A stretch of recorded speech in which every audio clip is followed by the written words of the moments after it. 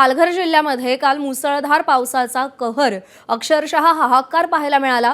त्यामुळे अनेक ठिकाणी पूरस्थिती निर्माण झाली होती। अनेक घरांमध्ये पाणी शिरून जीवनावश्यक वस्तूंचं मोठ्या प्रमाणात नुकसान झालंय। पूरस्थितीच्या भीषण परिणामाचा साये कॉलनी पाडा इथल्या एका घरातून आढावा घेतलाय संतोष पाटील यांनी।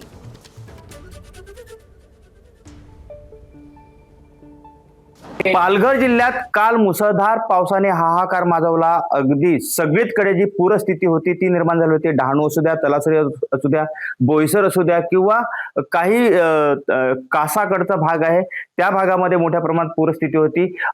उर्शे वगैरे ही गावं होती, त्यांचा संपर्क तुटलेला होता। पूर्णपणे 2 दिवसापासून जी वीज आहे ती पूर्णपणे गायब झालेली आहे। नेटवर्कचा प्रॉब्लेम मोठ्या प्रमाणात आहे। आपण बघू शकतो, मी एका घरामध्ये आहे। काल जो सूर्या नदीला पूर आला त्यामुळे ह्या घरांमध्ये पाणी शिरलं होतं। मोठ्या प्रमाणात हे जीवनावश्यक वस्तू आहेत त्याचं नुकसान झालेलं आपल्याला इथे पाहायला मिळतं। दादा, काय सांगाल, काय परिस्थिती होती काल?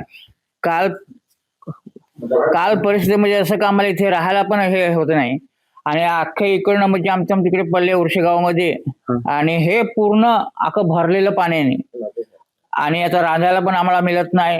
गॅस पण आमचं हे झालं सर्व आणि फ्रीज पण गेलं, सर्व कपाट वगैरे अख्खं बुडलेलं आहे। अख्खे सर्व भात तांदूळ वगैरे सर्वच आमचे हे झालेलं आहे।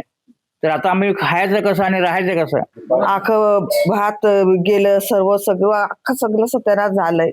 आणि चूल पण काय सांगायचं ना, काय बोलायचं। फ्रीज बिरीज अख्खा सर्व गेलं। धामणी धरणाचं जे पाणी सोडलं त्याच्यानंतर हे पाणी आहे ते पूर्ण गावांमध्ये शिरलं होतं आणि मोठ्या प्रमाणात जे नागरिक आहेत त्यांचं नुकसान झालेलं आपल्याला पाहायला मिळतंय। संतोष पाटील, एबीपी माझा, पालघर। एबीपी माझा, उघडा डोळे बघा नीट।